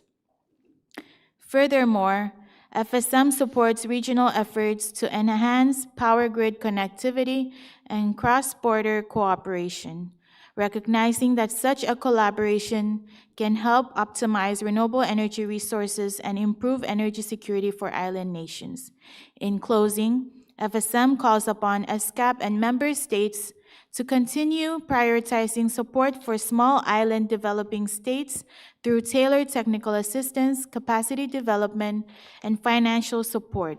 We look forward to working closely with regional partners to ensure that the energy transition is inclusive, resilient, and aligned with our sustainable development and climate goals. Thank you. Thank you, distinguished delegate from FSM. Next, I invite distinguished delegate from Japan. You have the floor. Thank you, Madam Chair. Let me begin by expressing my sincere appreciation for the Secretariat and the committee's ongoing efforts. Japan has been an active collaborative partner through both bilateral and various multilateral funding schemes to support a just transition in this region. With that, I would like to offer some comments on the future direction of our work.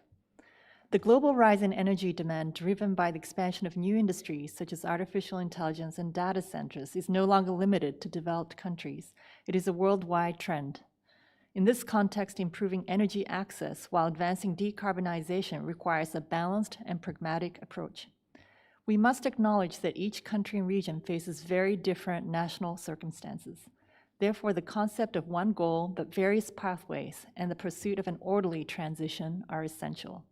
Specifically, we must recognize that some countries in hard-to-abate sectors need to rely on non-intermittent sources of fuel such as LNG and ensure the stable supply of such energy sources for energy security.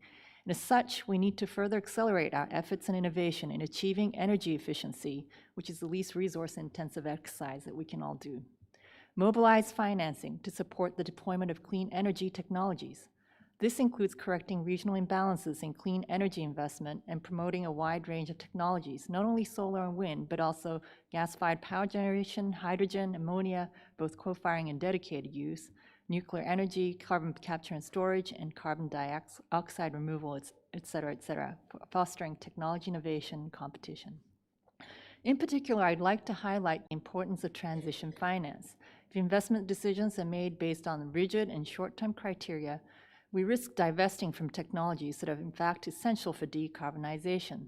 To effectively decarbonize the real economy, including fossil fuel dependent and hard-to-abate sectors, we need an inclusive long-term approach that supports projects aligned with national targets and long-term goals.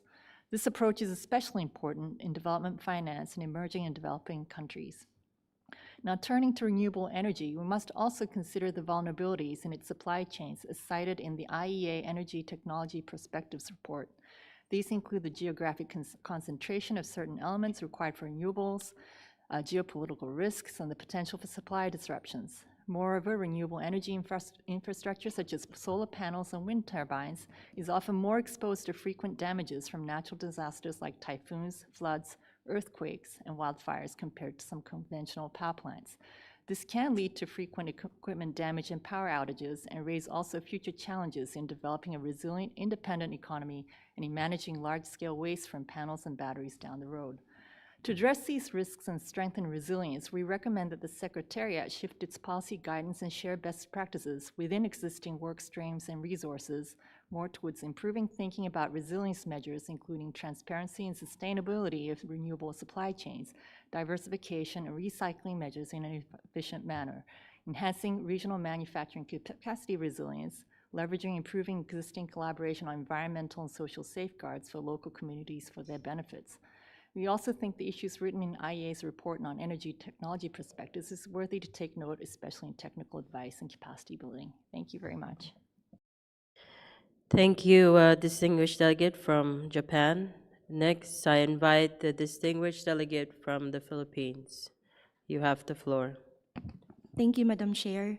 On behalf of the Department of Energy of the Philippines, we express our appreciation to the Secretariat for preparing the report on transforming energy system in Asia and the Pacific for a just and sustainable future, which offers a comprehensive overview of the region's progress and challenges in energy transformation. For the Philippines, the energy transition is both an environmental imperative and a developmental priority. our updated National Renewable Energy Program sets ambitious targets, increasing the renewable energy share in our power generation mix to 35% by 2030 and more than 50% by 2050. As of 2024, renewables already account to around 22% of our gross power generation, reflecting a steady progress. And to accelerate this transition, we have launched the Green Energy Auction Program, streamlined permitting processes, and opened greater opportunities for foreign investment in renewable energy. These reforms are designed to attract capital, reduce project timelines, and diversify our energy portfolio. We also recognize the vital role of energy efficiency. The Energy Efficiency and Conservation Act is now being implemented nationwide, promoting efficient technologies, strengthening demand-side management, and fostering behavioral change through community-level awareness campaigns. Inclusivity remains central to our approach. We continue to expand electrification to off-grid and island communities, deploying solar home systems and hybrid mini-grids. We also view clean cooking as a critical area needing enhanced support, including financing mechanisms and regional cooperation for technology deployment. We strongly support regional collaboration, particularly in power grid connectivity to optimize renewable energy use and enhance energy security. Finally, we emphasize the urgent need for climate finance and technology transfer. Developing countries require predictable and adequate support to scale up renewable energy, modernize grids, and ensure no community is left behind. Instruments such as blended finance, green bonds, and carbon markets must be leveraged, but international cooperation remains the cornerstone of success.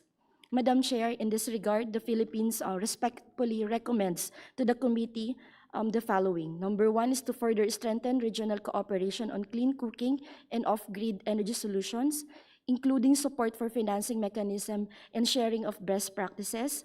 Number two is to encourage cross-border power system connectivity guided by ESCAP regional roadmap and in order to maximize renewable energy integration. Number three is to enhance technical assistance, capacity building, and knowledge exchange for member states in implementing renewable energy and energy efficiency programs and policies. And to mobilize climate finance and promote technology transfer, ensuring that developing countries have access to adequate resources to pursue a just and sustainable energy transition.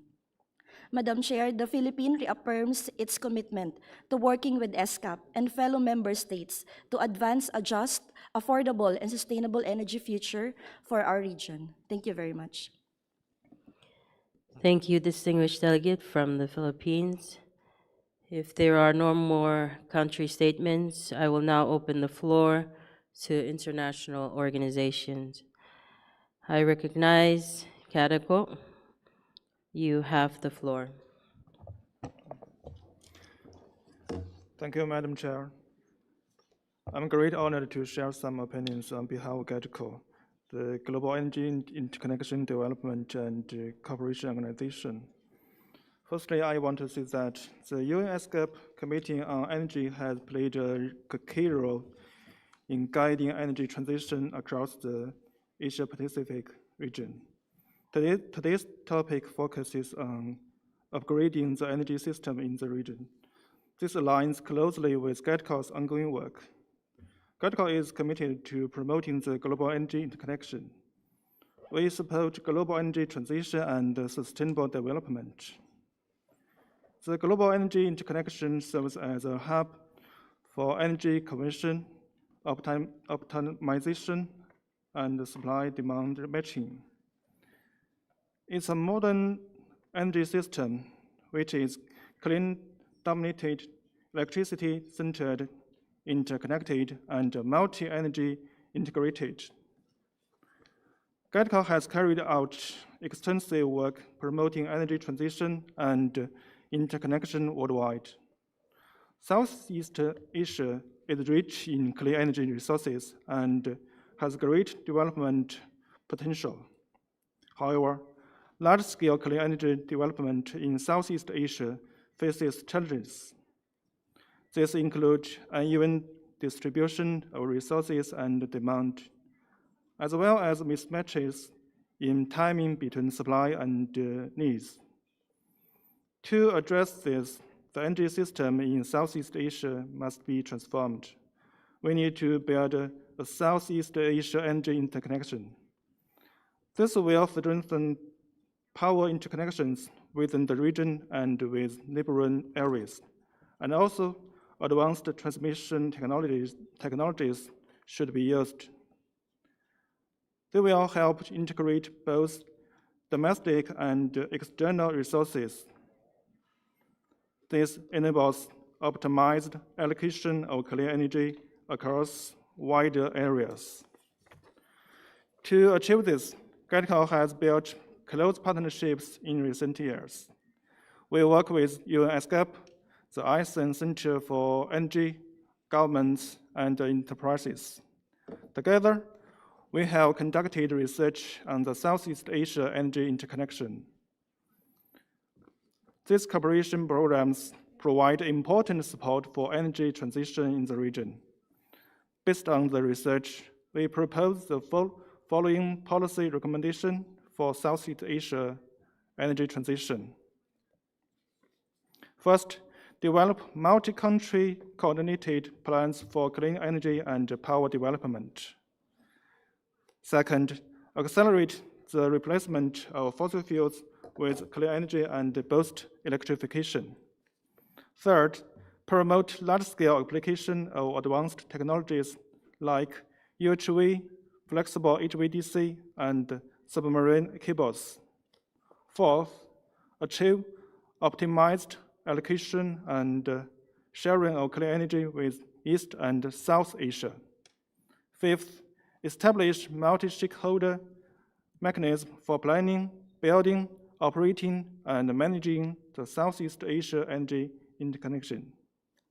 Sixth, actively promote demonstration projects for cross-border power interconnection and clean energy bases. At tomorrow noon, GATCO will host a side event titled Promoting Green and Low-Carbon Transformation in Southeast Asia through Regional Energy Interconnection. We will present our latest research on green power transition in Southeast Asia. We sincerely welcome your participation. That's all. Thank you very much. I thank the representative from Cataco. And I see that there are no more requests for the floor. I would like now to take the opportunity to thank you all for your informative statements. And before we adjourn the morning session, I would like to invite the Secretariat to provide some housekeeping announcements. Thank you, Madam Chair.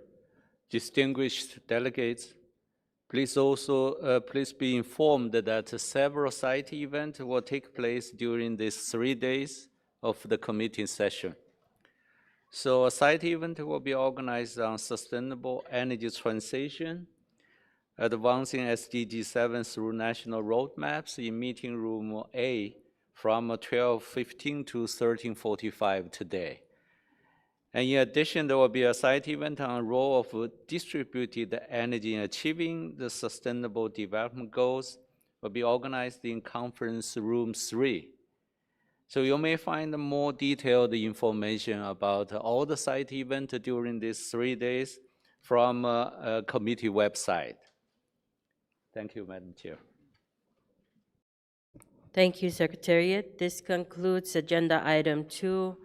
We will resume proceedings at 1400 in this room to begin Agenda Item 3. This meeting is adjourned.